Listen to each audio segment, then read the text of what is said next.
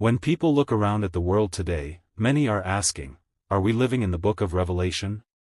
Are its prophecies unfolding before our very eyes?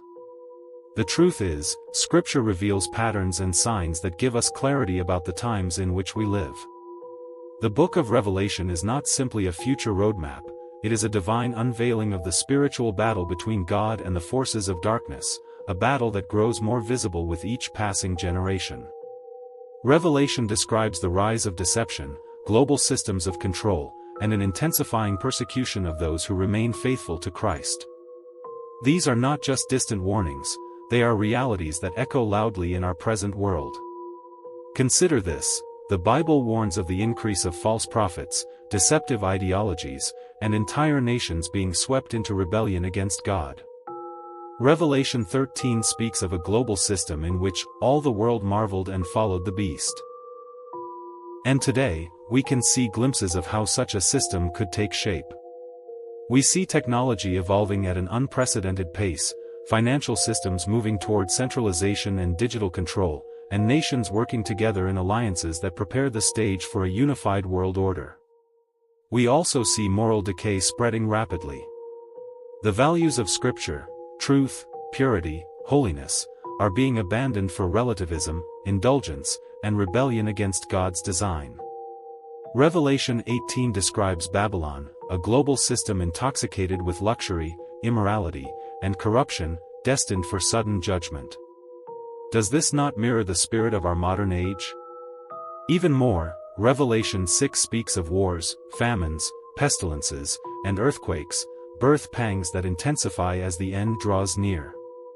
We live in an age of escalating conflict, food shortages, pandemics, and disasters that remind us of Christ's words in Matthew 24, "You will hear of wars and rumors of wars, nation will rise against nation. And there will be famines and earthquakes in various places." These warnings are no longer confined to the pages of history, they fill our headlines daily. But above all, Revelation reminds us that the central battle is not political or technological, but spiritual. The enemy seeks to blind, deceive, and enslave. Yet God calls his people to wake up, remain faithful, and endure.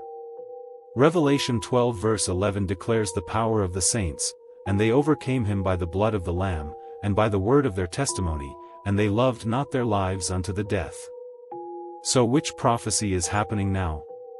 The rise of deception, the growing global alignment, the moral collapse of societies, the unrest among nations, and the increasing hostility toward true believers, all these are shadows of Revelation becoming substance before our very eyes. This is not a time for fear, but for faith.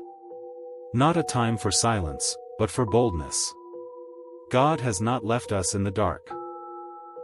He has revealed what is to come so that his people will be ready.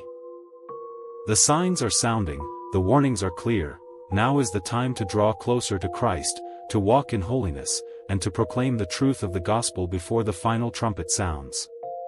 Open Book Revelation 1 verse 3 says, "Blessed is the one who reads aloud the words of this prophecy, and blessed are those who hear it and take to heart what is written in it, because the time is near."